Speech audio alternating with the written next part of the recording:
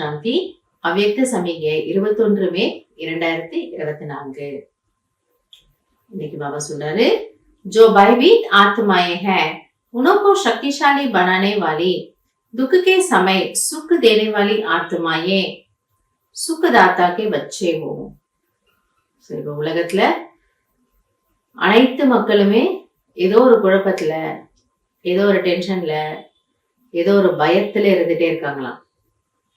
அப்ப பாபா சொல்றாரு, அவர்களை சக்திசாலியாக ஆக்கக்கூடியவர்கள் மற்றும் துக்கமான நேரத்தில் அவர்களுக்கு சுகம் கொடுக்கக்கூடியவர்கள் யார் அப்படின்னா பாபாவுடைய குழந்தைங்க நீங்க தான்.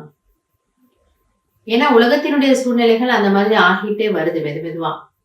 ஏதோ ஒரு இடத்துல பூகம்பம் நடக்குது, ஏதோ ஒரு இடத்துல வேற இயற்கையினுடைய சீற்றம் இருக்கு, ஏதோ ஒரு இடத்துல ஒரு வார் சண்டை நடக்குது, ஏதோ ஒரு இடத்துல வீட்டிலேயே அவ்வளவு குழப்பம் பிரச்சனை, உறவுகள்ல யாரும் குஷியா இல்லை. அப்போ ஏதோ ஒரு பயத்துல ஒரு கவலையே மக்கள் இருந்துட்டு இருக்காங்க. அதனால அவர்களுக்கு பின்ன யாரு குஷியை கொடுக்கறது?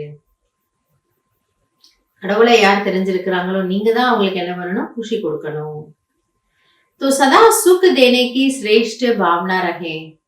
எனவே அவர்களுக்கு சதா சுகம் கொடுக்கக்கூடிய அந்த சிரேஷ்ட பாவனை இருக்கட்டும்.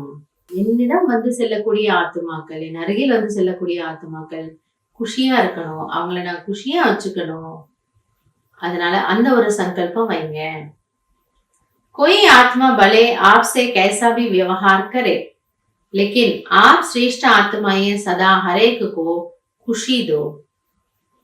सो ஏதோ ஒரு ஆத்மா உங்களுக்கு வந்து துக்கம் கொடுக்கக்கூடியவர்களா இருக்கலாம், உங்களோட அவர்கள் எப்படிப்பட்ட விவகாரம் வேணாலும் செய்யலாம். ஆனால் என்னுடைய தரப்பிலிருந்து நான் அவர்களுக்கு கொடுக்கக்கூடியது குஷி மட்டும்தான். எனவே நீங்கள் குஷியாக இருங்கள். ஓ காட்டாதே ஆ பதலைமே ரூஹானி குலாபதோ. அவர்கள் உங்களுக்கு முட்களை தரட்டும். முள்ளுனா அது என்ன நல்லா ஸ்வீட்டாவா இருக்கு, குத்துறாங்க. இன்டென்ஷனலாவும் செய்யலாம், தெரியாமலும் செய்யலாம். தெரியாம செஞ்சா அதை நம்ம தாராளமா மன்னிச்சிடலாம். வேணும்னே தெரிஞ்சே செய்தாலும் பாபா என்ன சொல்றாரு, அவர்களுக்கும் நீங்கள் ஆன்மீக நறுமணம் நிறைந்த அழகான ரோஜா மலரை கொடுங்கள். அந்த ரோஜாக்கு பக்கத்துலதான் முள் இருக்கு, ஆனாலும் நம்ம என்ன பண்ணணுங்கிறாரு பாபா, அவங்களுக்கு சுகம் கொடுங்க, அவங்களுக்கு குஷியை கொடுங்க, அவங்களுக்கு மரியாதையை கொடுங்க. இதையெல்லாம் கொடுத்து அவங்கள குஷிப்படுத்துங்க. वो दुख दे आप सुख दाता के बच्चे सुख दो. அவர்கள் உங்களுக்கு துக்கம் கொடுக்கிறார்கள், ஆனால் சுகவல்லலின் குழந்தைகள் நீங்கள், அவர்களுக்கு சுகம் கொடுங்கள்.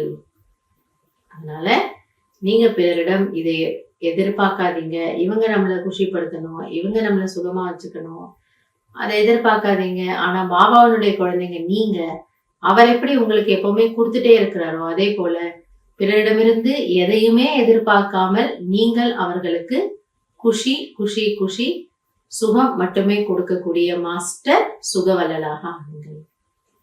ஆனா இதுக்கு நிறைய டீப்பான தாரணை தேவைப்படுது இல்லையா? அப்ப இதுக்கு நம்ம எவ்வளவு ஞானத்தை புரிஞ்சிட்டு இருக்கணும். யாரோ துக்கம் கொடுக்கறாங்க, அப்ப அதை மீறி நம்ம எப்படி சுகம் கொடுக்கறது? அப்ப இது ஆத்மான்றது புரிஞ்சுக்கணும், இது கர்ம கணக்குங்கிறத புரிஞ்சுக்கணும், இது நாடகங்கிறது புரிஞ்சுக்கணும், காட்சி மாறுடோன்றது புரிஞ்சுக்கணும். நிறைய விஷயங்களை நாம் புரிந்து கொண்டோமே ஆனால் இந்த ஒரு தாரணை நமக்குள்ள வரும். மன்னிக்க தெரியணும், ஆசீர்வாதம் கொடுக்க தெரியணும் இல்லையா?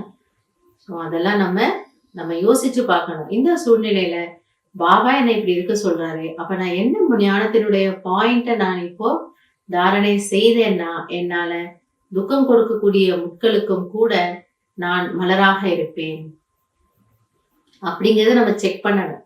அந்த இடத்துல நம்ம அதை அப்ளை பண்ணணும். அதை பின்ன நம்ம பாபாவுக்கு சொல்லணும், பாபா இன்னைக்கு இவங்க இப்படி இருந்தாங்க, இப்படி பேசினாங்க, இப்படி துக்கம் கொடுத்தாங்க, ஆனா நான் இப்படி நடந்துக்கிட்டேன், இந்த பாயிண்ட நான் அப்ளை பண்ணேன், அதனால நான் குஷியா இருந்தேன். அப்படி ஒருவேளை நமக்கு தெரியலனாலும் பாபாவுக்கு சொன்னோம் அப்படின்னா பாபா நமக்கு டச் பண்றாரு, குழந்தை இப்படி யோசிச்சு பாரு, இப்படி இருந்து பாரு, இந்த ஞானத்தை இப்படி அப்ளை பண்ணி பாரு சொல்லி கொடுக்குறாரு. எனவே நான் யாரு?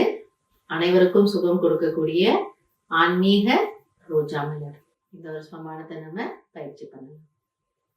நல்லது. ஓம் சாந்தி.